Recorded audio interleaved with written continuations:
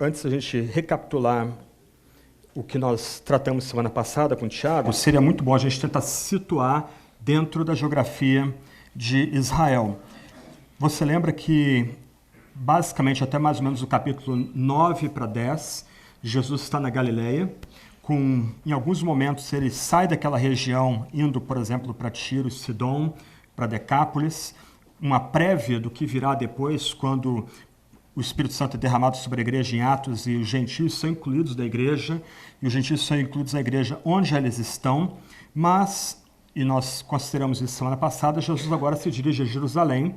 E se nós estamos prestando atenção na narrativa, principalmente Marcos 9 e 10, nós já começamos a perceber que Jesus vai para Jerusalém, não para ser entronizado como o rei messiânico, o rei davídico, como os judeus da época dele esperavam, mas ele vem para ser glorificado, para usar a expressão do Evangelho de João, de uma outra forma, por meio da sua morte e ressurreição. Se você lembra de semana passada, Jesus ele entra no templo, ele entra em Jerusalém. Um ponto importante aí que o Tiago destacou é que as multidões que aclamam a sua chegada não são multidões que vivem em Jerusalém, são multidões que vivem ao redor da cidade, porque mais adiante, quando Jesus for julgado e aquelas pessoas ali na multidão clamarem não por Jesus, mas por Barrabás, aqueles não são os que receberam Jesus dando hosana, mas são os habitantes de Jerusalém. Você lembra que no culto da ressurreição nós falamos sobre o Gólgota e o jardim da tumba? Ele fica aqui fora, ok? Essa é a localização dele. Aqui é o templo, nós vamos falar bastante do templo hoje, a Fortaleza Antônia, onde a guarnição romana vivia, onde Pôncio Pilatos permanecia quando estava em Jerusalém. Aqui você tem Betânia, a cidade onde Jesus praticamente morava durante esse tempo, era a base dele, e o caminho de Betânia para Jerusalém dá em torno de 3, 4 quilômetros. Por isso que você vai ver na narrativa, Jesus, durante o dia em Jerusalém, depois ele se refugia em Betânia, e agora nós vamos ver em Marcos 12, 11, 12, Jesus saindo de Betânia e voltando para Jerusalém. São trechos pequenos, curtos, que Jesus faria aí em pouco tempo, uma caminhada rápida que ele faria para chegar a Jerusalém. Essa cidade aqui na época de Jesus, okay, o templo vai ser importante para a gente hoje. Indo avante, então, semana passada nós tratamos de 3 narrativas principais. A primeira, a entrada triunfal de Jesus em Jerusalém, quando ele, caminhando ou sendo levado por um jumentinho, ele é aclamado pelos que o seguiam, dando hosana àquele que vem em nome do Senhor. Depois nós temos a história da figueira, e como o Tiago destacou semana passada, a história da figueira ela faz um tipo de sanduíche entre a maldição e o resultado e a expulsão dos vendilhões do templo, quando Jesus ele manda embora aquelas pessoas que estavam negociando e vendendo pombos e outras bugigangas dentro do templo. Um ponto importante para a gente aqui é que a gente não deve achar que Jesus é alguém delicado naquele contexto ali, né? Alguém delicado ou muito sensível. Outros textos bíblicos vão dizer que Jesus usou um tipo de chicote que tinha pedaços de osso ou mesmo metal na ponta para expulsar aquelas pessoas do templo. Então, você não pode imaginar Jesus dizendo, olha, por favor, dá licença, essa é a casa do meu pai. Não, Jesus ele realmente estava furioso, batendo aquelas pessoas, machucando aquelas pessoas, chutando e levantando aquele monte de mesas ali, vendendo quinquilharias dentro do templo. Aquelas 3 histórias juntas, elas lembram, ou elas são um tipo de ação simbólica e profética, apresentando Jesus para Israel como seu verdadeiro rei. Só que, para aquele que conhece mais o Antigo Testamento, as 3 narrativas juntas também são um eco de Isaías 35, quando Deus vem para salvar Israel, Deus vem em direção a Israel para ser o seu libertador. Só que o que é surpreendente para nós aqui, e vale a pena depois com calma ler Malaquias 3, versos 1 a 6, é que esse Deus, em Jesus Cristo, que Israel ansiava com tanta intensidade, ele vem não com aquelas caricaturas de reinado e messiandade que os judeus nutriam. Um novo rei guerreiro, um libertador político, alguém que vai dar sentido para o que os judeus estão passando nas mãos de uma potestade estranha e estrangeira, né, o Império Romano, mas Jesus vem em julgamento. ele cumpre, Jesus agora, ele cumpre em si mesmo a profecia de Malaquias que ele vem como Senhor para julgar.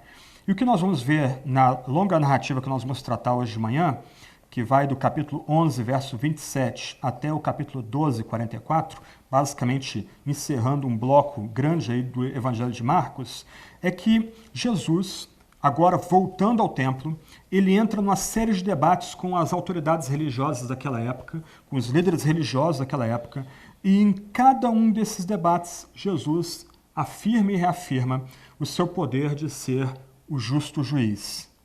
E é por isso que aqueles líderes religiosos, e a gente vê isso no verso 18 do capítulo 11, vão querer a prisão e a morte de Jesus, e eles vão estar todo o tempo conspirando para tentar matar o nosso Salvador. Ok, falando do templo então, você tem aqui uma imagem do templo, essa maquete está em Jerusalém, é uma maquete bem grande que você encontra em Jerusalém. Toda a narrativa que nós vamos ver hoje se passa dentro do templo. Todos os debates, os 5 debates que Jesus trava com os líderes religiosos da sua época são travados dentro do templo. Na narrativa anterior, ele estava em Jerusalém, volta para Betânia. Agora a gente vai ver aí capítulo 11, verso 27, ele sai de Betânia, regressa a Jerusalém e ele entra no templo. Para você lembrar, isso é muito importante fixar, nós estamos vivendo no limiar de 2 eras aqui.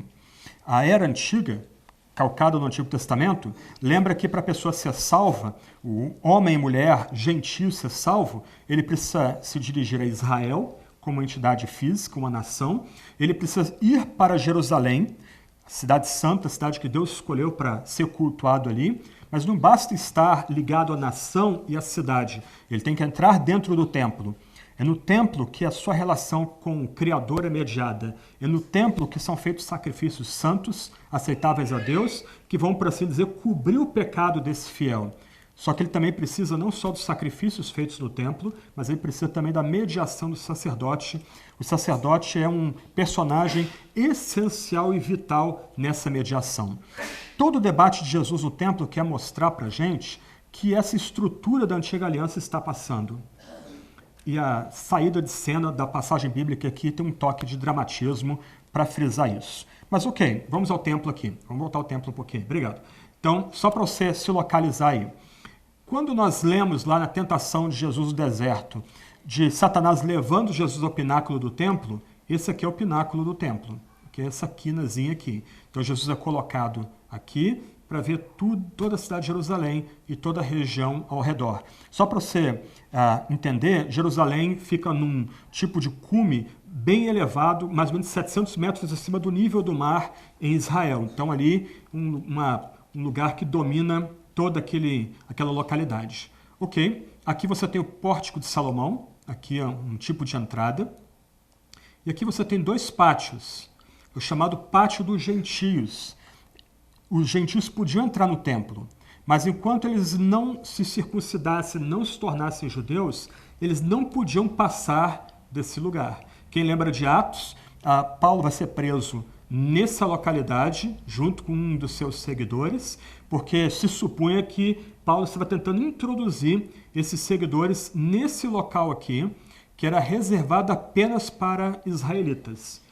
Os israelitas tinham o privilégio de entrar nessa localidade. Aqui é a Torre Antônia, okay, onde ficava a guarnição romana em Jerusalém, ao lado do templo. Okay, o templo aqui. Só que tem alguns detalhes aí que a gente vai voltar na passagem.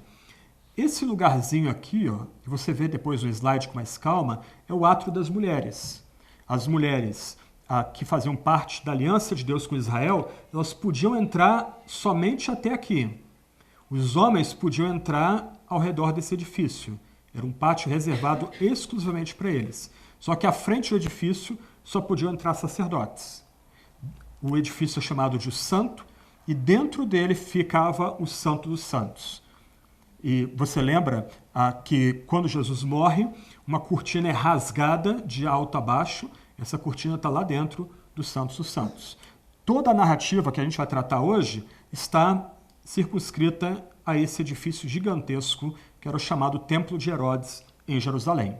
E Jesus vai estar debatendo justamente nessa região aqui, e a narrativa termina com Jesus dando uma lição a respeito de uma viúva que está dentro daquela localidade. Então, vamos adiante aí. Eu não vou ler o texto todo, eu só quero destacar alguns pontos. Talvez ajude a gente a ter uma visão panorâmica de toda a passagem, ok? A passagem que vai de Marcos, capítulo 11, verso 27, até 12, verso 12, você tem todo um debate de Jesus sobre a sua autoridade.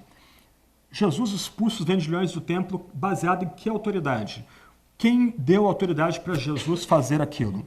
Então, essa é a primeira parte aí da passagem. A segunda parte vai do capítulo 12 de Marcos, verso 13, até o verso 27. Um debate agora a respeito dos tributos dados ao imperador, a César. Aliás, verso 17, está errado aí, depois eu corrijo. Okay? Então, do capítulo 12, versos 13 até o verso 17, um debate a respeito da autoridade de César. Nota, de um lado, a autoridade de Jesus é colocada em xeque, agora a autoridade do imperador, de um chefe que tem o poder sobre aquela região, é colocado em contraponto à autoridade divina e à própria autoridade de Jesus. O terceiro ponto vai do capítulo 12, versos 18 até o verso 27, agora sim, você tem um debate a respeito da ressurreição. E depois, do verso 28 até o verso 44, um debate a respeito da messiandade, de quem é o verdadeiro Messias. Pois bem, então, primeiro debate aí. Uma questão importante, verso 27 do capítulo 11, nós vemos aí que Jesus regressa a Jerusalém. Então, o debate que nós consideramos semana passada ocorre num contexto. Jesus sai do templo, ele se refugia em Betânia, um tipo de quartel-general daquela região, e agora ele volta para Jerusalém. E enquanto ele está andando no templo, mesma localidade que ele limpou na narrativa que nós tratamos semana passada, nós começamos a ver agora que os líderes religiosos começam a se cercar de Jesus para confrontá-lo. E se você notar na passagem, verso 27, verso 13 do capítulo 12, verso 18 do capítulo 12, depois verso 28 do capítulo 12, em cada um desses momentos, vários líderes religiosos, vários intérpretes diferentes da lei, eles se ajuntam para tentar confrontar Jesus. Nesse primeiro momento, então, se reúnem aí os sacerdotes, aqueles que mediavam o sagrado com a nação de Israel, aqueles que faziam sacrifícios para aplacar a ira de Deus contra a nação de Israel, e junto com eles você tem os escribas. Nós já topamos com os escribas do passado aqui. Os escribas eram aqueles que eram os doutores, os verdadeiros doutos, que tinham o privilégio, mas também o monopólio da interpretação da lei. Eles, por assim dizer, é que detinham a verdadeira interpretação da lei. Então esses dois grupos, sacerdotes e escribas e outros líderes religiosos, se aproximam de Jesus e eles fazem duas perguntas a Jesus. E as duas perguntas, elas se complementam, elas têm a ver com a autoridade de Jesus. Quem deu autoridade, ou usando a linguagem nossa moderna, né? Quem deu moral para Jesus para ele tentar limpar esse templo? Quem é ele? Aqui você tem sacerdotes, aqueles que mediam Yahvé com toda a nação, você tem aqueles que têm o monopólio da interpretação da lei, que têm a interpretação correta, autorizada da lei. Eles estão confrontando esse homem que vem de uma pequena cidade de Belém, que eles confundem ser Nazaré. Quem que é ele, afinal? Quem que deu autoridade para ele? Jesus não responde a eles diretamente. Jesus propõe uma única pergunta para eles que deixa eles completamente embaraçados. E a pergunta é bem simples. O batismo de João era dos céus ou dos homens? Aqueles líderes ali, eles simplesmente preferem não responder, porque eles são colocados diante de dilema que o próprio texto explica isso. Se eles dizem que o batismo de João vem de Deus, a questão é por que eles não se batizaram também? Por que eles não se entenderam como pecadores carentes daquele batismo? Se eles disserem que o batismo de João é invenção do próprio João, João era uma pessoa inventando a mensagem, um tipo de batismo de purificação, ok, o risco é eles apanharem da multidão dentro do templo, serem surrados impiedosamente dentro do templo pelo que eles estavam falando ali. Eles simplesmente travam, mas o ponto importante para nós aqui é a repetição da expressão respondei-me no verso 29 e no verso 30. Marcos aqui, ele não apenas retrata um diálogo de Jesus sendo confrontado com aqueles líderes religiosos, sacerdotes, os escribas, mas na estrutura de Marcos aqui, ele exige de nós uma resposta sobre quem é de fato Jesus e a fonte da autoridade dele. Gente, até agora nós temos visto um homem espetacular fazendo atos e sinais que só Deus pode fazer. Desde as páginas de abertura de Marcos, nós temos Jesus curando, expulsando demônios, dando ordem para os elementos da criação. Como um homem pode fazer isso? Alguém pode dizer a respeito de Jesus que ele é um profeta, como os islamitas, os muçulmanos dizem que ele é um exaltado profeta, mas nós que conhecemos o Antigo Testamento, a gente sabe que já outros profetas entraram em cena. Deus levantou outros profetas do passado, mas que outro profeta fez as obras que Jesus fez? Nenhum, porque somente alguém que tem autoridade da parte de Deus, alguém que é Deus de fato, pode fazer as obras que Jesus faz aqui. Então, Marcos exige da gente uma resposta. De onde vem a autoridade de Jesus? Para nós aqui, será que nós sabemos que a autoridade de Jesus vem do próprio Deus? O que Jesus faz, o que Jesus fala, vem do próprio Deus? A gente não tem o direito de ficar neutro nessa história. A gente não pode simplesmente se evadir de responder a própria pergunta de Jesus. Respondei-me, de quem é a minha autoridade? E o engraçado aqui da passagem, verso 32, é que sacerdotes, escribas, tão arrogantes, tão cheios de si, se vendo como pessoas tão importantes dentro da estrutura religiosa de Israel nessa época, eles temem o povo, eles têm medo do povo.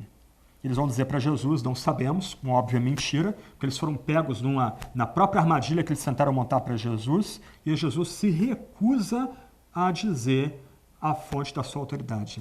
Ele se oculta para aqueles homens.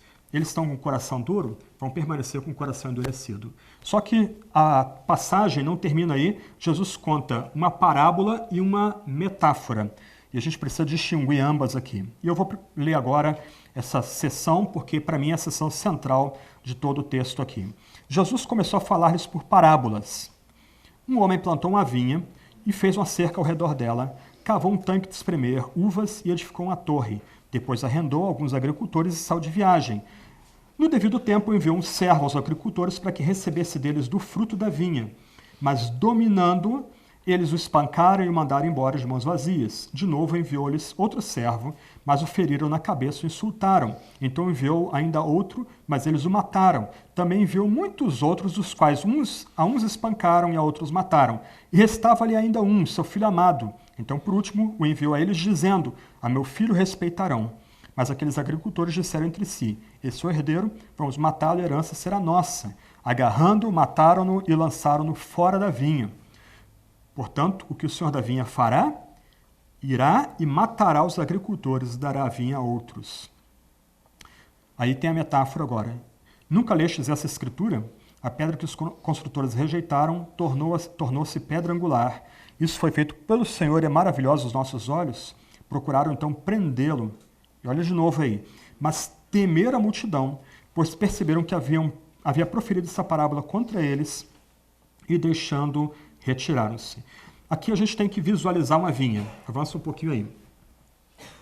Isso aqui é um vinhedo na região sul de Israel, Zikron Yaakov, bem bonitinho aqui, a plantação toda trabalhadinha. O texto narra basicamente isso aí. O texto fala de um homem plantando essa vinha, fazendo uma cerca ao redor dela, cavando um tanque duplo para colocar as uvas ali, pisar, espremer aquelas uvas para do sumo, nós termos, ou sair dali vinho.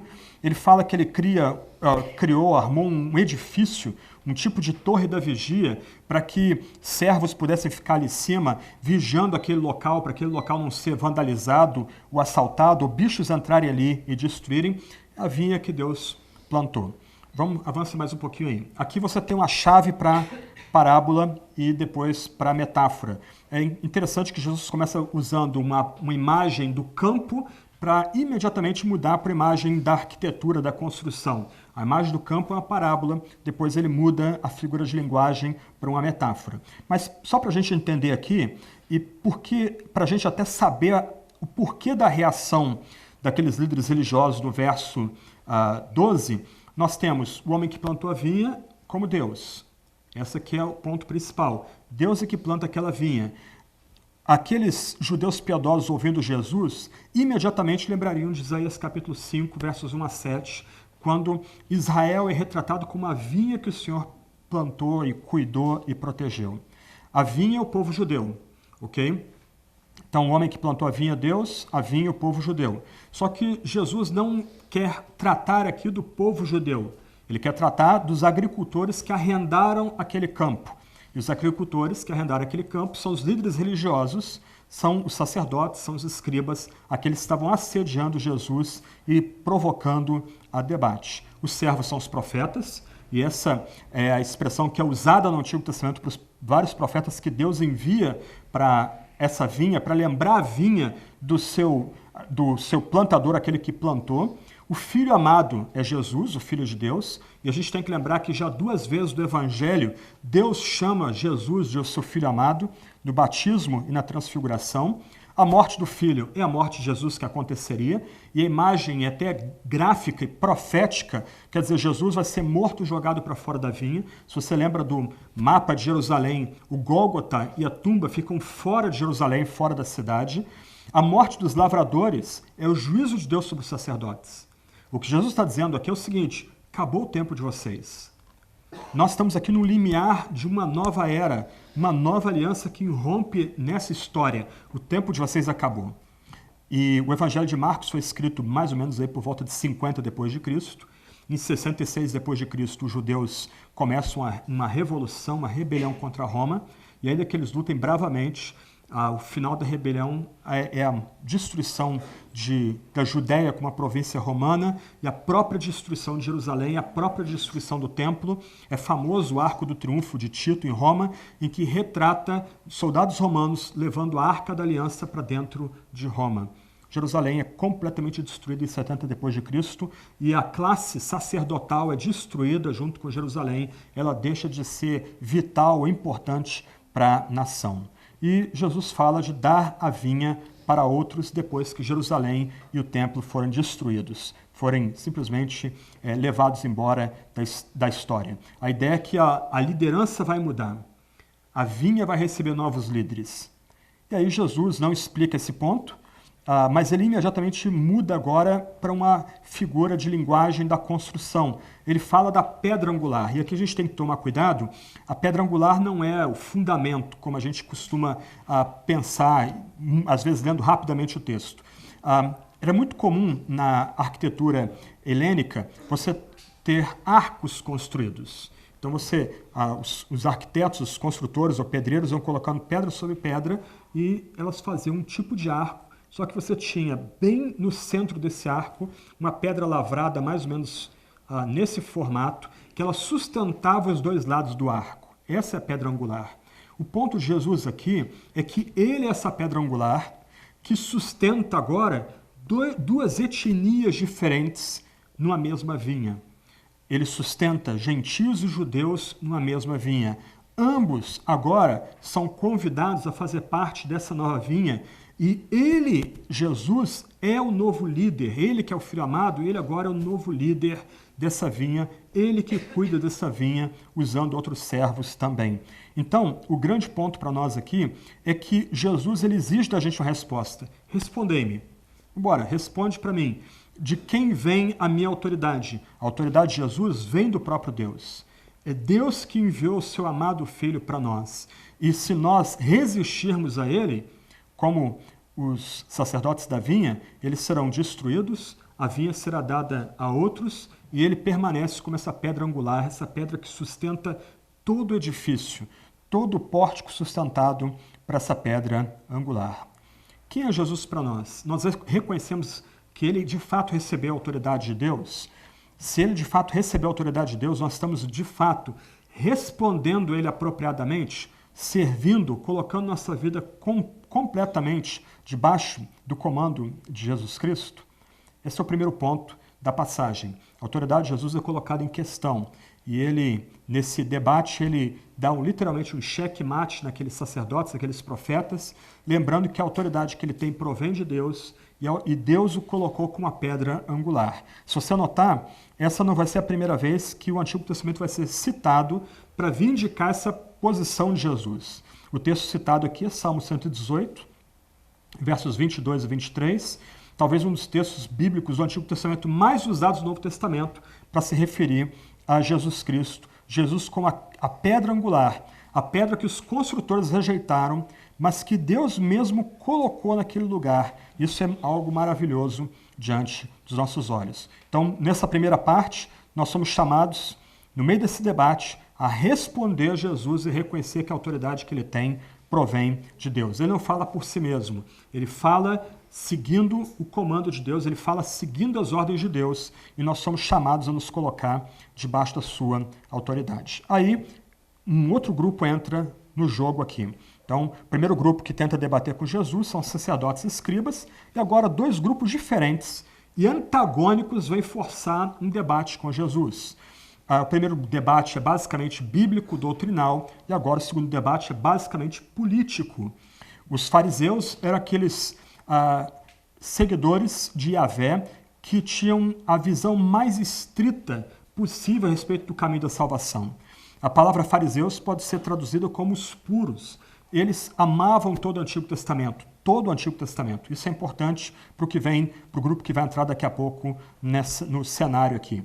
Eles tentavam seguir cada prescrição do Antigo Testamento. Eles eram exímios em interpretar a lei em minúcias, e nós já travamos contato com eles aqui. Mas os herodianos são um grupo à parte. Eles basicamente tinham sua base na Galileia, e Jesus já nos acautelou do fermento dos herodianos. São aqueles que não só seguem a casa de Herodes, que era o rei da Galileia, a região ao norte da Judéia, um tipo de província autônoma, tolerada pelos romanos ou suportada pelos romanos, mas a visão deles era basicamente política. Eles não tinham nenhum interesse espiritual, não tinham nenhum interesse na palavra de Deus do Antigo Testamento. Toda a visão deles de mundo era calcada em política. Eram os políticos, mais ou menos como os políticos que nós temos no dia de hoje, pragmáticos, violentos, com uma agenda toda pessoal. Esses dois grupos completamente antagônicos, um grupo que esperava o Messias, os fariseus, um grupo estrito na sua busca pelo cumprimento da lei, e outro grupo com uma visão, a gente poderia dizer hoje, totalmente secularizada, totalmente focada na redenção política. Eles se unem agora. E eles se unem para tentar colocar Jesus numa armadilha. Verso 14 vai dizer que eles se aproximam de Jesus bajulando-o.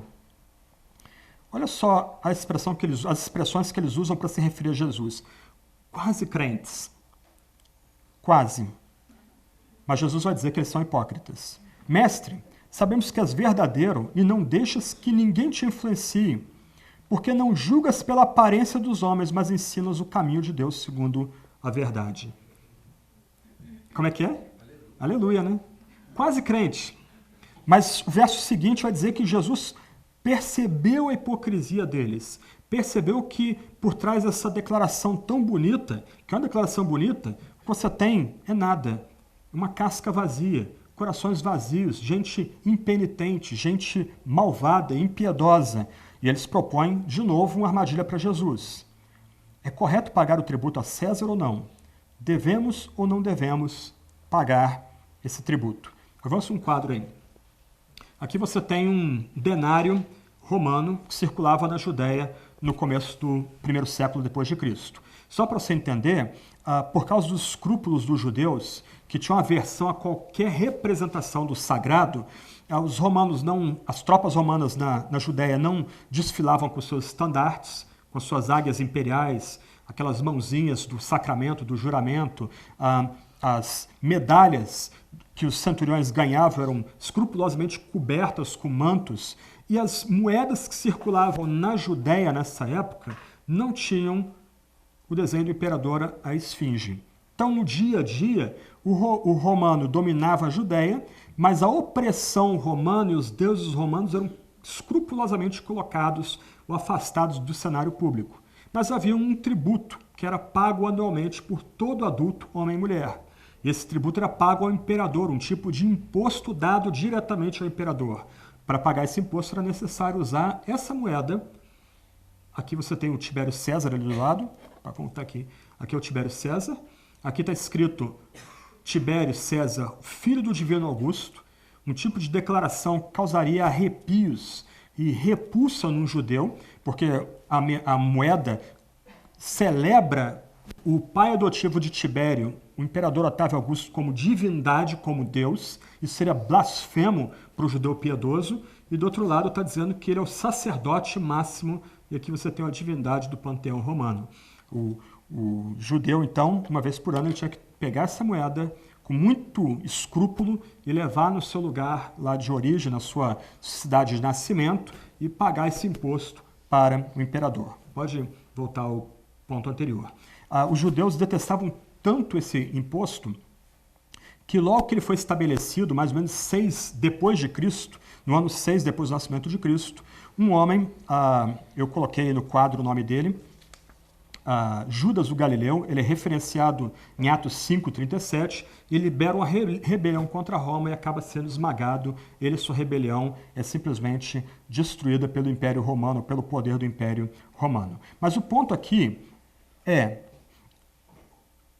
os judeus, ou melhor, desculpa, os líderes religiosos, esses dois grupos aí, fariseus e herodianos, eles colocam de novo Jesus numa cilada. A cilada é simples. Se Jesus concordasse em pagar tributos a César, os judeus que estão escutando ele ali, gente simples, piedosa, mas que ama profundamente a sua nação, repudiaria Jesus como alguém que simplesmente busca o favor do império. Se Jesus se nega a pagar, tanto os fariseus como os herodianos correriam para o procurador e diriam: olha, a gente tem um mestre propagando sedição, rebelião, revolução dentro do templo, ele tem que ser morto. E aí eles simplesmente lavam a mão, eles vão deixar o império fazer o trabalho sujo que eles estão doidos para fazer, que é prender e matar Jesus. Mais uma vez, Jesus, de forma brilhante, responde de uma forma que literalmente desconcerta esses dois grupos de líderes religiosos. A sua resposta é famosa. Ele pede para ver a moeda, esse denário, ele pega o denário, pergunta de quem é a imagem do denário, eles vão dizer que a imagem do denário é do imperador, é de Tibério, então ok, essa moeda pertence ao imperador. Então a resposta dele é: dai a César o que é de César, a Deus o que é de Deus. O ponto de Jesus aqui é bem simples. Nós temos, por assim dizer, duas cidadanias.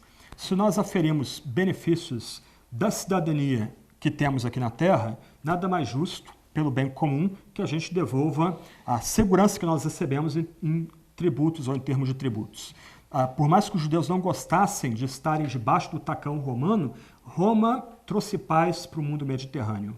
O pagamento de tributo é o mínimo que eles podem fazer para a manutenção desse ambiente de paz, que, como Paulo vai dizer em Gálatas 4:4, é a plenitude do tempo, o momento propício que Deus criou na história para que o Messias viesse e sua mensagem propagasse, ou se fosse propagada por todo aquele ambiente. Mas Jesus, ele não para falando apenas das responsabilidades que nós temos para com César. Ele diz que a gente tem que dar a Deus o que é de Deus.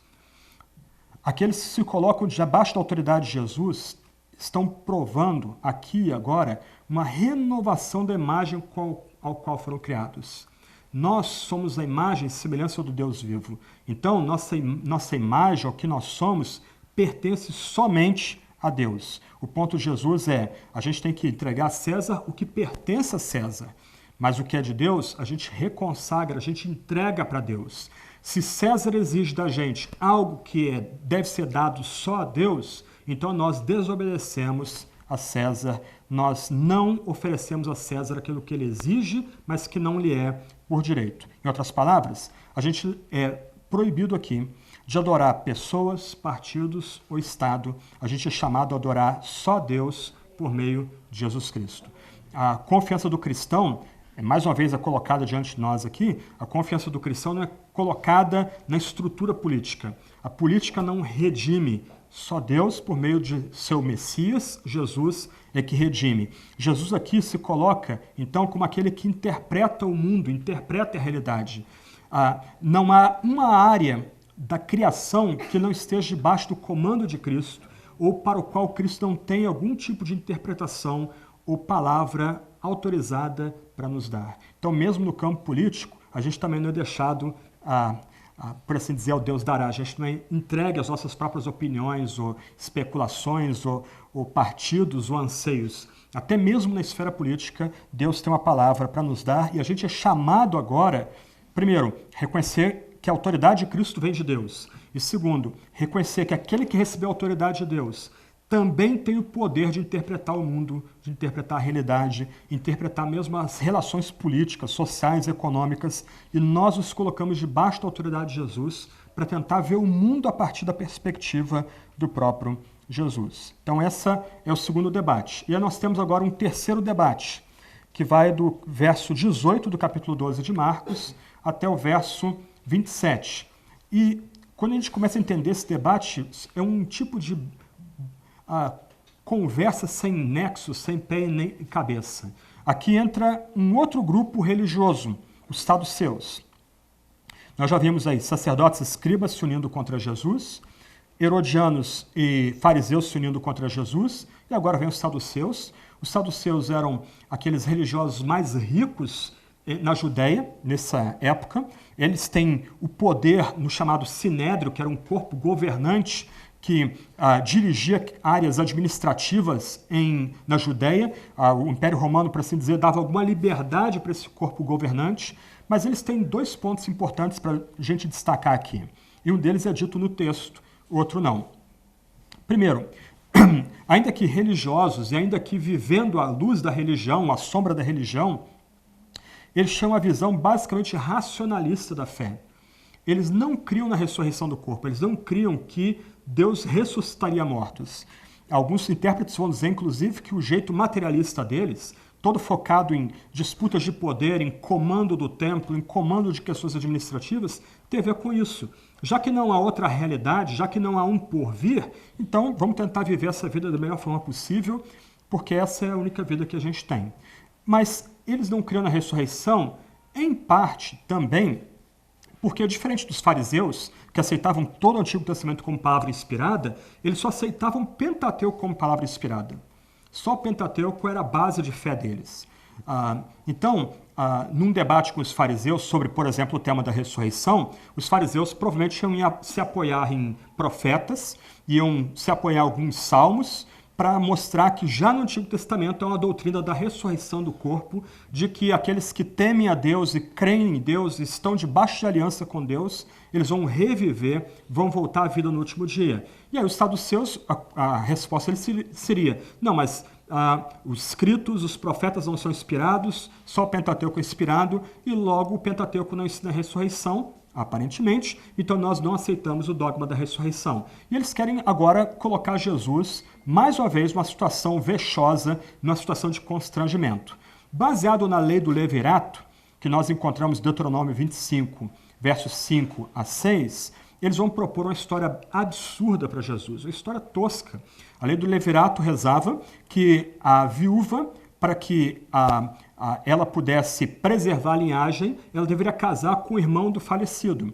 E dessa forma, preservaria-se a linhagem dela. Isso é ensinado no Antigo Testamento. E a história deles é tosca. O que eles querem é colocar Jesus numa sinuca de bico, apelando para o Pentateuco, esperando que Jesus não tenha um argumento baseado no Pentateuco para rebatê-los. A história que eles contam é o seguinte: uma mulher casa e fica viúva. Ela tem que casar com o irmão daquele que morreu. E ela casa a segunda vez. E ela fica viúva de novo. Ela tem que casar com um outro irmão, terceiro cunhado. E o cunhado morre, assim sucessivamente, até ela completar 7 casamentos. E o que? Na eternidade, ela vai estar casada com quem, afinal? Essa é a história que eles propõem para Jesus aqui. E Jesus aqui é curto e grosso, e ele reserva algumas palavras bem duras para esse grupo de religiosos aqui. Primeiro, ele vai dizer, isso aqui deveria soar como uma bufetada para aqueles homens, que eles não conhecem nem a Escritura, nem o poder de Deus. Verso 25, ele vai dizer para aqueles homens que eles não entenderam o ensino da ressurreição do corpo como já presente nas páginas do Antigo Testamento. Na ressurreição do corpo, nós somos levados para uma realidade em que, se de um lado alguns elementos de continuidade com essa realidade, nós vamos nos reconhecer, vamos ter memória, nós vamos ter corpos físicos, do outro lado, elementos de descontinuidade. Esses corpos serão glorificados. eles terão um poder que nós agora não temos. Eles não terão limites que agora nós temos. E na eternidade, onde não há mais tempo, não vai haver necessidade de casamento e procriação. Logo, seremos todos irmãos e irmãs naquela nova realidade, naquela nova era, na eternidade, quando a história terminar. Então, no verso 25, Jesus ele mostra que eles desconhecem qual é o ensino do Antigo Testamento quanto à ressurreição.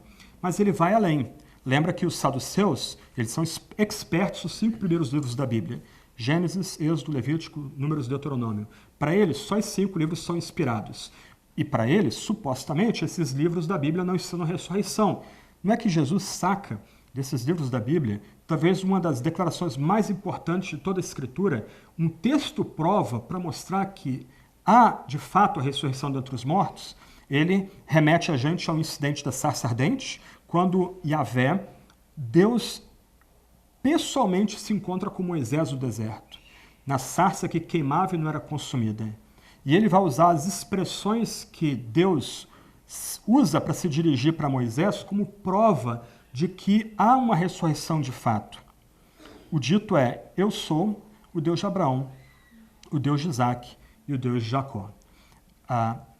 Toda expressão é dada no tempo presente.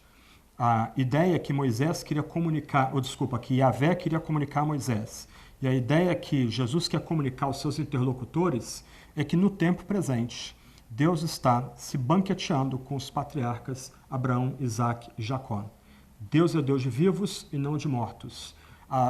Toda passagem aqui pressupõe não apenas que eles estão nesse momento diante de Yahvé, mas ao citar os nomes dos patriarcas Abraão, Isaac e Jacó, isso também pressupõe que há um mútuo conhecimento entre eles, há diálogo e memória preservada entre eles, e eles estão se banqueteando com o Senhor da realidade, com o único Deus, aquele que é o Eu Sou. O verso 27 é muito forte. Ele não é Deus de mortos, mas de vivos. Então Jesus aqui está explicando a passagem, colocando para aqueles saduceus, usando os textos próprios dos saduceus, que os saduceus se compraziam, tanto gostavam, tentando mostrar para aqueles saduceus que o ensino da Sagrada Escritura é que há um porvir, há uma vida eterna. E nessa vida eterna, aqueles que descansaram com Deus, eles estarão se banqueteando com Deus por toda a eternidade. Eu sou o Deus de Abraão, o Deus de Isaac, o Deus de Jacó. Ele não é Deus de mortos, mas de vivos. Jesus aqui se coloca como aquele que tem, ou como aquele verdadeiro intérprete da Sagrada Escritura. Se de um lado a autoridade que ele tem é dada por Deus, do outro lado ele é o intérprete da realidade, ele também se apresenta aqui como aquele que de fato interpreta verdadeiramente a Sagrada Escritura. E nós interpretamos corretamente a Sagrada Escritura quando lemos a Escritura por meio de Jesus Cristo. Voltando à passagem, Jesus reserva palavras muito duras, muito fortes aos saduceus. Primeiro, verso 24, ele os ridiculariza, não há outra forma de ver essa passagem aqui. Ele expõe aqueles líderes religiosos, ricos, opulentos, arrogantes, dominando o templo, como gente que não conhece nem a Bíblia, muito menos o poder de Deus. Eles não reconhecem que a Escritura ensina a ressurreição e que Deus tem poder de efetuar também a ressurreição. E aí no final ele diz: grande é o vosso erro. Por isso que querem matar Jesus. Por isso que aqueles líderes odeiam Jesus e estão loucos para arrumar alguma armadilha para assassiná-lo. Jesus os confronta, porque eles não conseguem ler a Sagrada Escritura reconhecendo sua autoridade e reconhecendo como derradeiro intérprete da Escritura, eles vão laborar em erro. O que espanta a gente é que 2000 anos depois nós continuamos ouvindo erros a respeito da interpretação da Escritura, até mesmo heresias absurdas a respeito da interpretação da Escritura. Mas por que esses erros e heresias surgem no nosso meio? Porque nós não nos colocamos debaixo da autoridade de Cristo, nós não reconhecemos que Ele é que tem a autoridade dada pelo Pai, nós não reconhecemos que Jesus é o intérprete derradeiro da realidade, nós não reconhecemos que Jesus é o intérprete derradeiro da Sagrada Escritura. Nós lemos a Bíblia para encontrar Jesus nela e nós lemos a Bíblia com Jesus para entender, de fato, a mensagem mais profunda da Sagrada Escritura. Grande é o vosso erro. Quando nós tentamos ler a Sagrada Escritura sem Jesus, descartando Jesus como fiel intérprete dela. Nós vamos laborar em erro, às vezes até mesmo em heresias grosseiras, e heresia não conduz a gente para o caminho da salvação, para o caminho do reino. E a última história, versos 28 a 44, poderia até entrar como um tipo de alívio para todo esse drama aqui. Até agora, só debates, só confronto. No primeiro debate, Jesus é provocado a falar da sua autoridade por sacerdotes e escribas. No segundo debate, fariseus e herodianos o provocam a respeito do tributo e da questão da autoridade política. Depois, saduceus o provocam sobre a vida do além. E agora se aproxima um escriba. Esse escriba está ouvindo o debate. E, irmãos, irmãs, o debate ali não devia ser um debate gentil e um debate acalorado. As palavras são cortantes aqui, são rascantes. E aquele escriba se aproxima de Jesus. E o texto diz que aquele escriba percebeu que Jesus havia respondido bem. Me parece que essa expressão se aplica a tudo que a gente tratou até agora. Aquele escriba entendeu que Jesus vindicou sua autoridade de forma forte, de forma convincente. Jesus ele tem uma palavra balizada para as nossas relações com os poderes terrenos. Jesus tem uma palavra também para o mundo vindouro e para o porvir. E ele pergunta para Jesus, a pergunta é simples, qual o principal de todos os mandamentos? E Jesus usa duas passagens bíblicas do Antigo Testamento para resumir o maior mandamento. Primeiro ele usa o que a gente chama de Shema, o judeu piedoso chama de Shema, ouve Israel. Ele cita aqui Deuteronômio capítulo 6, versos 4 e 5. Amarás o Senhor, teu Deus, de todo o coração, de toda a alma, de todo o entendimento e de todas as forças. Esse é o primeiro mandamento. Toda a lei, todos os comandos de Deus do Antigo Testamento são resumidos nessa passagem singela. O alvo da lei é que a gente ame a Deus com todo o nosso ser, que a gente se entregue a Deus com tudo que a gente é. Mas fluindo desse mandamento, baseado em Levítico 19, 18, nós temos um segundo mandamento. O primeiro é o mais importante, mas o segundo decorre desse primeiro. Amarás o teu próximo como a ti mesmo. Essa é toda a lei. E aí o texto vai dizer que o escriba lhe disse, muito bem, mestre, não há um toque de bajulação aqui. É bem diferente do que a gente viu no verso 14 do capítulo 12. Esse homem não está bajulando Jesus. A narrativa aqui estabelece um contraste muito forte entre esse homem, esse escriba, que se aproxima de Jesus de forma respeitosa, que quer ouvir a Jesus de todos os outros líderes religiosos. Ainda que Jesus, na sua parábola, tenha condenado os líderes religiosos, isto é, eles perderão o seu direito à vinha, ainda há espaços para a salvação de alguns dentro dessa classe de líderes religiosos. E a resposta do escriba é bonita. Ele está citando aqui 1 Samuel 15, verso 22, Oséias 6,6. Ele vai dizer que é verdade que só há um único Deus, além dele não há outro. A gente deve amar esse Deus de todo o coração, de todo o entendimento, de todas as suas forças, amar o próximo como a si mesmo, e ele cita 1 Samuel, porque isso vale mais do que todos os holocaustos e sacrifícios. Gente, ele está dizendo isso dentro do templo. Nota que nós estamos aqui bem no limiar de uma mudança no trato de Deus com o seu povo. Antes era necessário que o gentio, aparentemente todos nós aqui, se não houver descendente de judeus aqui, era necessário ir para a Judeia ou ir para Israel, seguir para Jerusalém, adentrar o templo, buscar a intermediação dos sacerdotes, depender de sacrifícios. Agora, dentro desse templo, toda essa estrutura é colocada em xeque.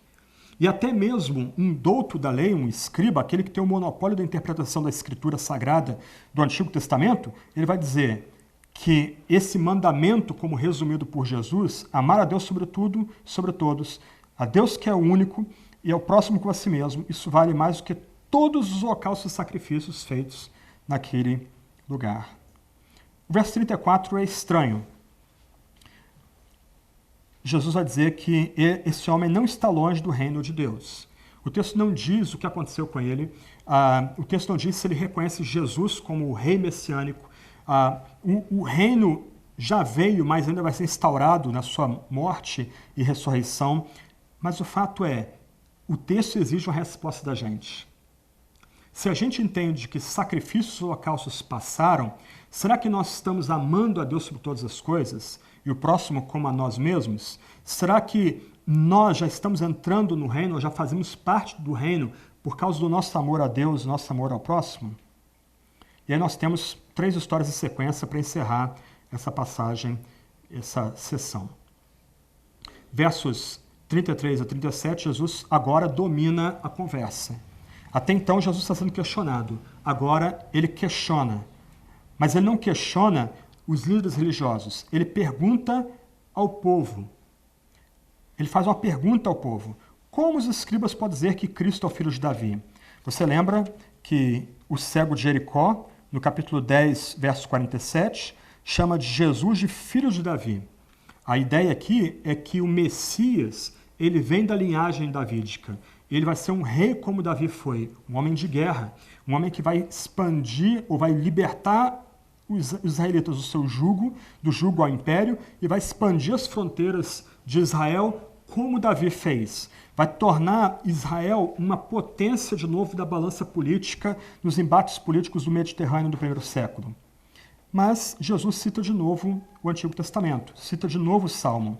Capítulo 12, verso 10, ele cita o Salmo 118, aqui ele cita o Salmo 110, verso 1. Ambas as passagens eram reputadas pelos rabinos, pelos líderes religiosos dessa época, como textos messiânicos, textos que falavam do Messias.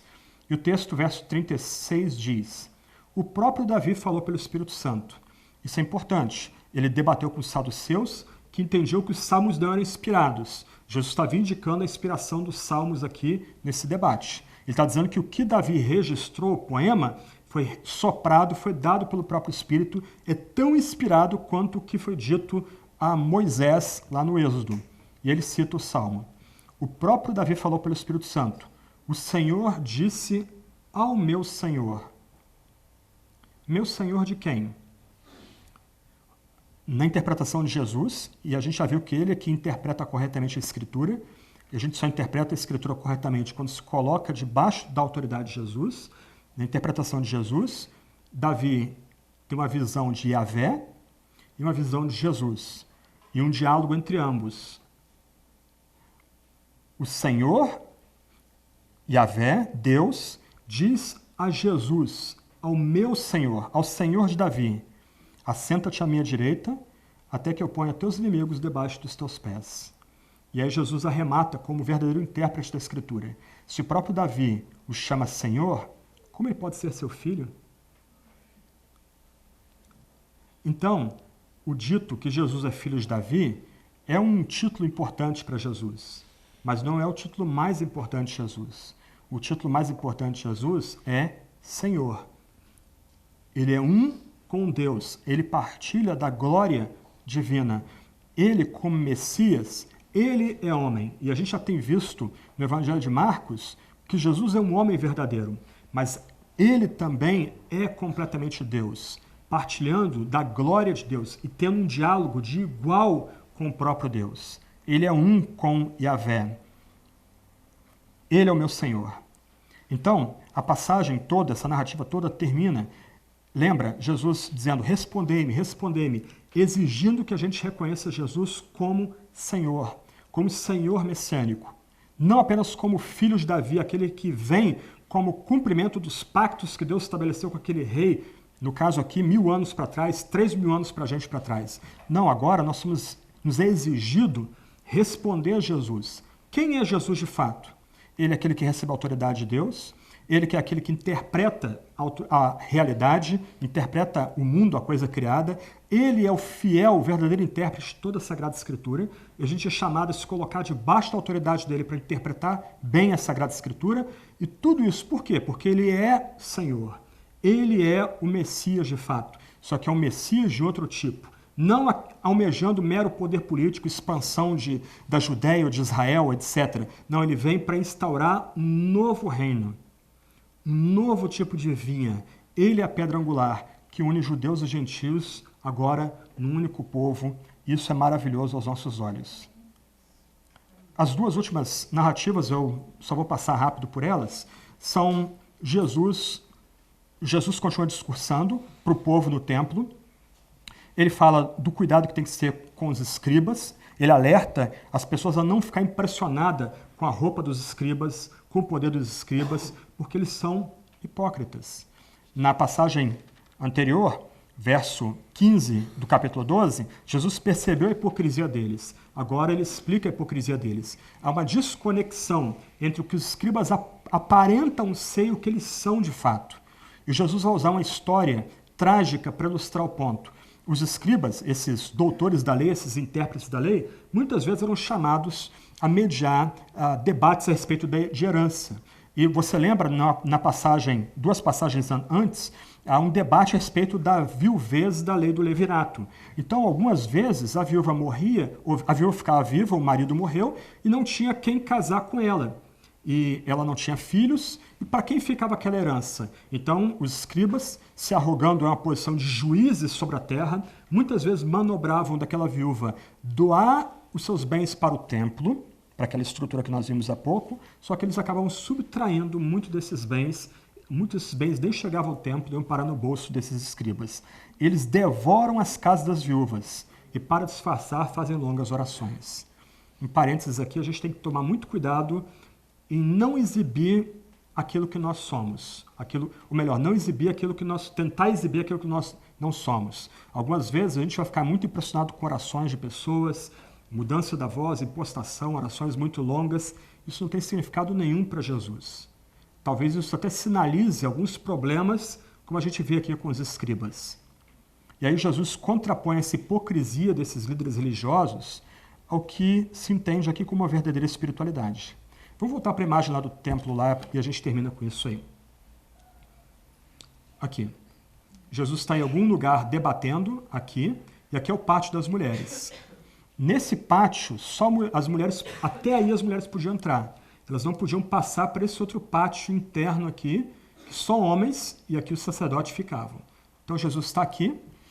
Vamos voltar lá para o outro, antepenúltimo slide aí. E nesse local, a passagem vai dizer que ele vê um tipo de gasofilaço, ali um cofre de ofertas. Na verdade, havia 12 cofres de ofertas. E ele está vendo aí muitas pessoas depositando dinheiro ali. E o texto vai dizer que esses eram depositados muito dinheiro pelos ricos. Aí ele diz que vem uma viúva pobre.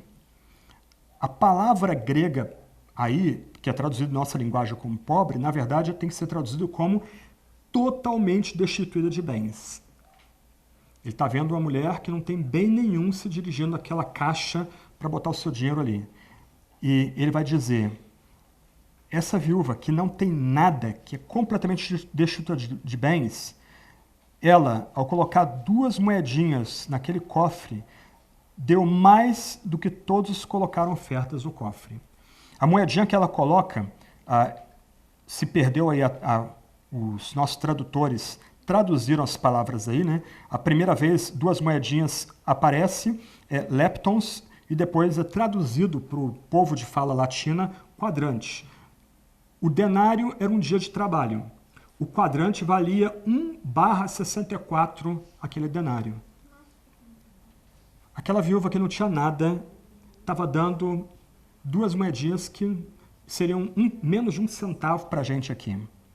E Jesus está dizendo que aquela viúva pobre deu mais do que todos colocaram ofertas no cofre. Por quê? Porque todos deram do que lhes sobrava. Mas ela, da sua completa pobreza, deu tudo o que possuía, todo o seu sustento. Aquela senhora, aquela viúva, que podia ter sido espolhada pelos líderes religiosos daquela época, ela esperava a vinda do Messias. E ela vivia com alguém que ansiava pela vinda do Messias. O Messias que recebeu toda a autoridade da parte de Deus, o Messias que tem o poder de interpretar o mundo, o Messias que tem a completa interpretação da Sagrada Escritura, do Antigo e Novo Testamento também, e aquele Messias que vai nos ressuscitar no último dia, vai nos fazer viver com o seu amado Pai no último dia. Aquela viuvinha, ao entregar tudo que ela tinha, que era o máximo que ela tinha, ela já antecipa a vinda desse Messias. Será que a gente tem respondido a Jesus dessa forma? Lembra, a passagem abre 2 vezes Jesus exigindo resposta a gente. Respondei-me, respondei-me. Vamos ver o último quadro aí do Timothy Keller. Olha o que ele diz aí. Isso é para todos nós aqui, para mim inclusive. Respondei-me, respondei-me. Jesus exige uma resposta extrema de cada um de nós. Ele nos empurra a ação a cada curva do caminho. Esse homem está sempre estreitando nossas opções. Esse homem é alguém de quem você não ousa afastar os olhos. E nós nem ainda sequer testemunhamos a verdadeira profundidade do seu controle ou ápice do seu poder. A gente vai ver isso em Marcos 15 e 16. Teremos que matá-lo ou coroá-lo. A única coisa que não podemos dizer é fazer. Esse é um homem interessante. Aqueles doutores da lei que estavam tramando para matar Jesus ao final do episódio no templo podiam estar totalmente enganados, mas a reação deles fazia todo sentido. Por favor, não tente colocar Jesus na periferia da sua vida. Este é um lugar que ele não pode ficar. Entregue-se a ele. Faça dele o centro de toda a sua vida e deixe que o poder de Jesus reproduza em você o mesmo caráter que ele tem. Amém? Que Deus nos ajude a responder a Jesus e responder a Jesus nos mesmos termos dele. Uma nota terrível aqui para preparar a gente para Marcos 13. Essa foi a última vez que Jesus pisou no templo. Em Marcos 13, a gente vai descobrir que Jesus saiu do templo para nunca mais voltar. Acabaram as formas de se relacionar com Deus da antiga aliança. O relacionamento agora é outro, mediado apenas por Jesus, o verdadeiro Messias. Respondei-me, respondei-me. Vamos orar.